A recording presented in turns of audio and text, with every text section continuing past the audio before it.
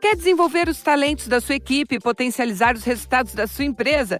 Conte com a expertise do atendimento corporativo do Senac São Paulo, que já capacitou mais de 1 milhão de pessoas e profissionais de instituições públicas, privadas e terceiro setor. Construa uma equipe altamente motivada e capacitada e destaque-se no mercado. Entre em contato, acesse sp.senac.br/corporativo e saiba mais. Quer saber? Senac.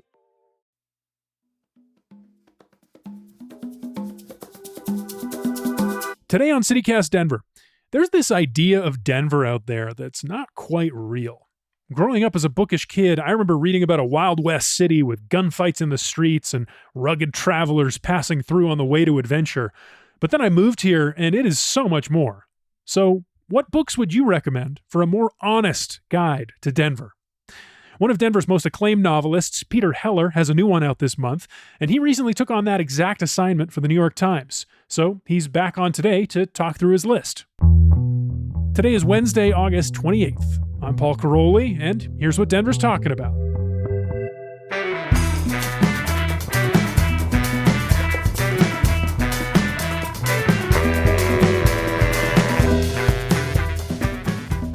Peter Heller, welcome back to CityCast Denver. Hey, it's great to be with you. Thanks.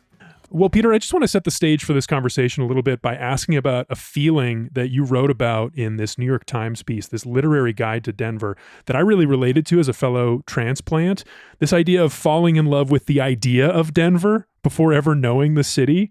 And I wanted to ask you, what was that idea of Denver that you learned from books reading as a kid? Right. Well, it was really an idea about the West. I mean, I grew up in the middle of New York City, and I spent a lot of time with my cousins in Vermont. I finally let my parents let me go up to high school up there when I was 15. But I remember being a boy, like 12 or 13 years old, sitting at the wood stove in Putney, Vermont, with the snow falling on the bare maple trees. And my cousin Jordy handed me a Louis L'Amour novel, one of those pulp novels that are for sale in all the truck stops everywhere. And I don't remember which one it was, but I remember, diving into it. I mean, he wrote like over 100, and I think he wrote most of them in his bathtub in Durango. But I remember just like being completely captivated. Here we are, sitting in Vermont, and I'd never really been west of Pennsylvania, I don't think. And just the images that I got of, mesas and guys riding up through aspen and elkin meadows and snow-capped peaks and building a smokeless fire by a creek. I was completely captivated. And then I remember the cover. It was a guy leading a pack horse splashing across a creek. There was snow on the rocks. He was looking behind him. He was wearing a 6-gun, looking behind him with this desperate, hard expression. And I thought, one day I want to do that. So I just thought, there was something about drifting the high lonesome and having this sort of unbridled freedom and being unbeholden to anyone. And I just loved the whole idea of it. And so I finally, I finally moved to Colorado after college, and I borrowed a horse and bought a horse, and I rode to Wyoming from Paonia for a month. Reality hits pretty fast on the back of a real horse, I bet. My neighbor had to show me how to put on a bridle, but I just loved the trip. And, I wasn't a desperate outlaw, and it was, hard on the knees, riding 10 hours a day, but I loved it. And I've lived in Denver, since 2000. So, almost 25 years. And I think there's something about coming west, coming to this vibrant hub, this transit point to territories west. I think there's the allure is, and somewhat the reality too, that you can come from a place back east where it's very, very, everything's sort of been settled. And I think, all your families have all known each other for generations, no matter where you live. And there are a lot of people buried under that ground. There's a lot of institutions, colleges and companies that sort of sort of determine the culture back there. You get out here, you walk out of DIA, you see the mountain front, you see the big sky. And for me, it's like my heart just opens and I feel like, anything is possible. And it's not exactly that, I could remake my past because you really, it has a way of reasserting itself. But there's this feeling that there's just these infinite possibilities out here. And of course, it's not exactly true. It wasn't exactly true for the people coming out for gold, silver, buffalo, because there were people already living here. Of course. And that is such a familiar story. I mean, you wrote in your piece for the Times that you'd recently reread the original scroll of On the Road. And of course, Denverites are proud of our connection to Jack Kerouac and the Beats now.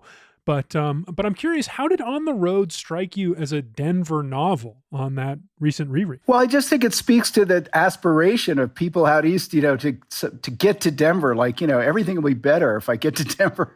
I mean, there's a line in there. He's back in New York, and he's like, Denver. I gotta get to Denver. Or maybe that's when he's stuck hitchhiking, I think is when he says that. But he has this, it's this sort of holy grail out there to get to Denver. His friends are out here, Neal Cassady and Allen Ginsberg, and all he wants to do is get here. And he does. And they have some real, there's a lot of antics and a lot of partying, What do you think that says about Denver, that's what he wanted out of it? I don't know. I mean, I think it's this idea. I think people sort of project Denver and the Rocky Mountain West as this mythical place where you can just go and that there's opportunities that you can remake yourself somehow. I think that's the lure. So there's some crazy scenes in there. I mean, I saw the scroll at the Denver Library. It was wonderful. They had it maybe 10 years ago at the main library, and they had it under a glass case. And it's 120 feet of just one continuous block of single-spaced text. And every few feet, there's one little edit, a word is X'd out. And, I said in the piece in the New York Times, I said, I'll have what he had because the energy of the thing is it's ferocious. And it's beautifully written, and there's a great scene, a classic scene, where those guys go up to Central City. They were invited up to the opera, and instead of going to the opera, they raid the hotel where the opera singers are staying, and they take baths and use their towels and toothbrushes to get ready for a big party in a shack nearby. It's just a great scene. I mean, it's a special novel. I mean, and clearly it has meant a lot to a lot of people over the years. But I wonder if there's something more you see about that connection that Denver has with the Beat generation through Kerouac, through Cassady. Like, are we just eager to have some connection to something cool like them, or do you think he saw something? No, Cassady grew up here. I mean, there's a real grounding here, and they went and they drank in the bars down where my brother's bar is, that I think it had a different name, but they drank right there. They were on Colfax. They were all over town. I mean, Denver's a real touchstone for those guys. It's pretty cool.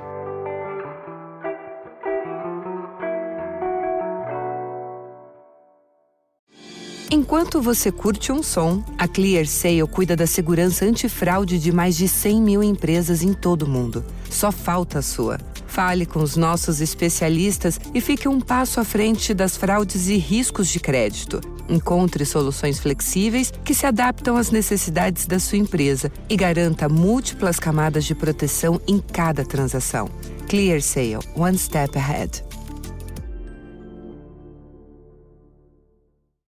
All right, let's move on to one of my favorite local writers, Manuel Ramos, the godfather of Chicano noir, as he's known. Why did you want to include the Ballad of Rocky Ruiz? Because I just think, there is just a ton of amazing Chicano culture in Denver, and I don't think it gets reflected enough. And he is a spectacular writer. He had a story in the Denver Noir collection. They had Denver writers write stories based in Denver, noir stories, and his short story is spectacular. It's so great, and I think it's cool that he has this this jaded lawyer, Luis Montes, who's tells these. He's the narrator for these really cool noir stories based in Denver, and they're fun, and it's great to have that. People who don't know much about the Chicano culture here, learn a lot. It's really great. Yeah, I think that was me. When I first moved here. I read his book Desperado, which was about this like down and out, ex-con, got out of prison, living on the north side, running a pawn shop, right. Sleeping on a cot in the back. Yeah. It was like, oh yeah, this is Chicano culture too. It's not just like, the ancient history. Yeah. No, it's vibrant. It's all around us, living and breathing right this second, 10 feet away. All right. Well, this next one you didn't actually include on your list. I promise not to talk to you about anything that wasn't on your list, but I think you know this one pretty well. I think it deserves a spot. This is a novel that I think tells Denver's story really well. I think you might have heard of it. It's called The Dog Stars by Peter Heller. How do you feel like the Dog Stars would fit on a list of novels that tell Denver's story? Well, you can't include. It'd be really déclassé to include your own novel on that list, so I didn't. But yeah, I mean, it's Dog Stars is great that way because Hig lives in a hangar up in Erie, and he looks out at the same front range that we look out to, and he takes forays. He lived in Denver before this pandemic killed almost everybody. And he actually lived, kind of right where I live on Sloan's Lake. And during this terrible pandemic that wiped everyone out, he took his wife to St. Anthony's, which was on Sloan's Lake, a few years back. And she died there, and he lands his plane in the King Soopers parking lot that's, still over there in Edgewater at one point in the novel so that he can jog around the lake with his rifle and get some books out of his house that he wants, some poetry books and some photographs. And I think people who read the book will get it really places Denver within the geography of Colorado, both spiritually and physically, and I think people will get a kick out of it. Do you think of yourself as in conversation with all these other authors, as like a part of a Denver literary tradition? We're always in conversation with other fine authors. I always, anytime I sit down to write, I am in conversation with people I've just read and people I might have read, 40 years ago. And it's marvelous. That's what's so wonderful about, I think, really any of the arts. Any painter's in conversation with any other painter, and maybe in conversation with a writer too, or a musician. And so for sure, I feel incredibly embedded in this literary scene here.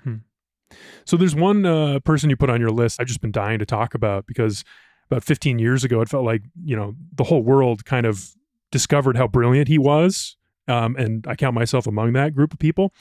John Williams, the author of Stoner, Augustus, and then you included his book, Butcher's Crossing. What was your on-ramp to John Williams's work? Somebody had just, mentioned the book to me, and I hadn't read it. And from the opening pages, I knew that I was in the hands of a really, really fine writer. And,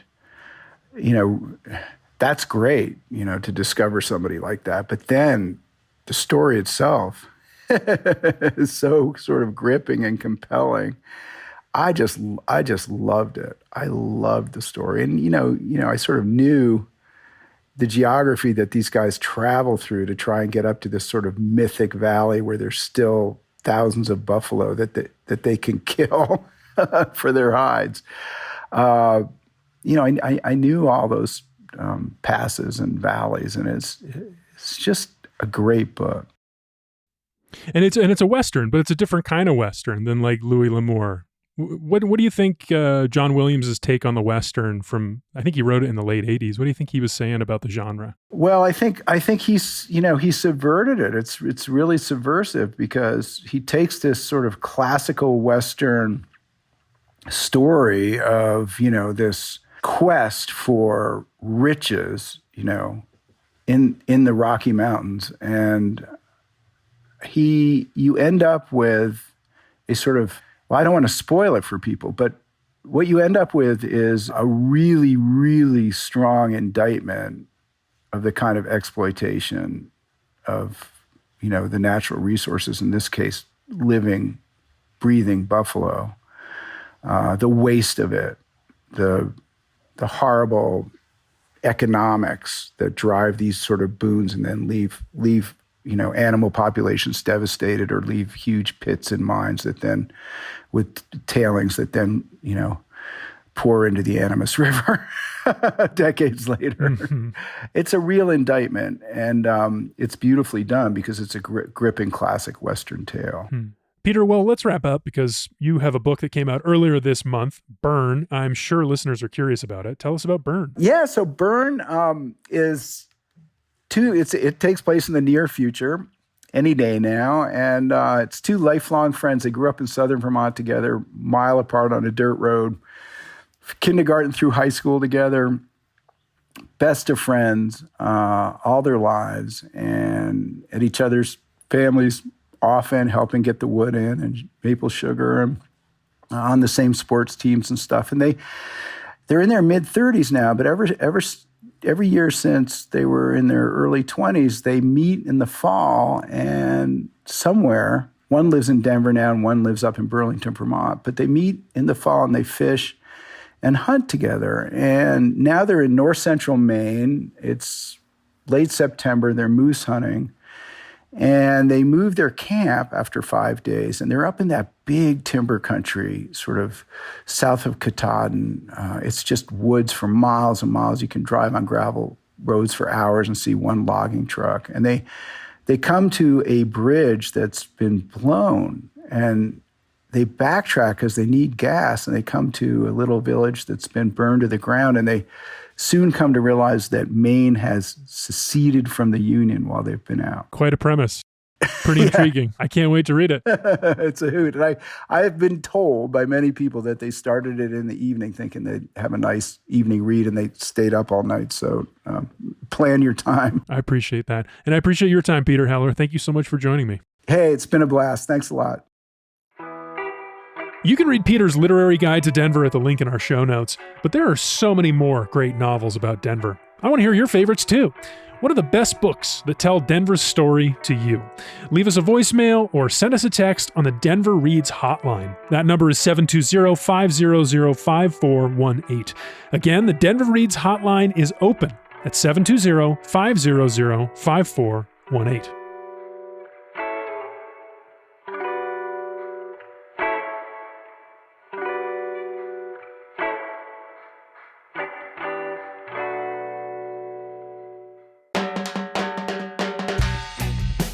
That's all for today here on CityCast Denver. If you enjoyed the show, why not take a minute to tell a reader about us? Rate the show wherever you get your podcasts, and subscribe to our morning newsletter. And learn more about us at denver.citycast.fm. We'll be back tomorrow morning with more news from around the city. See you next week.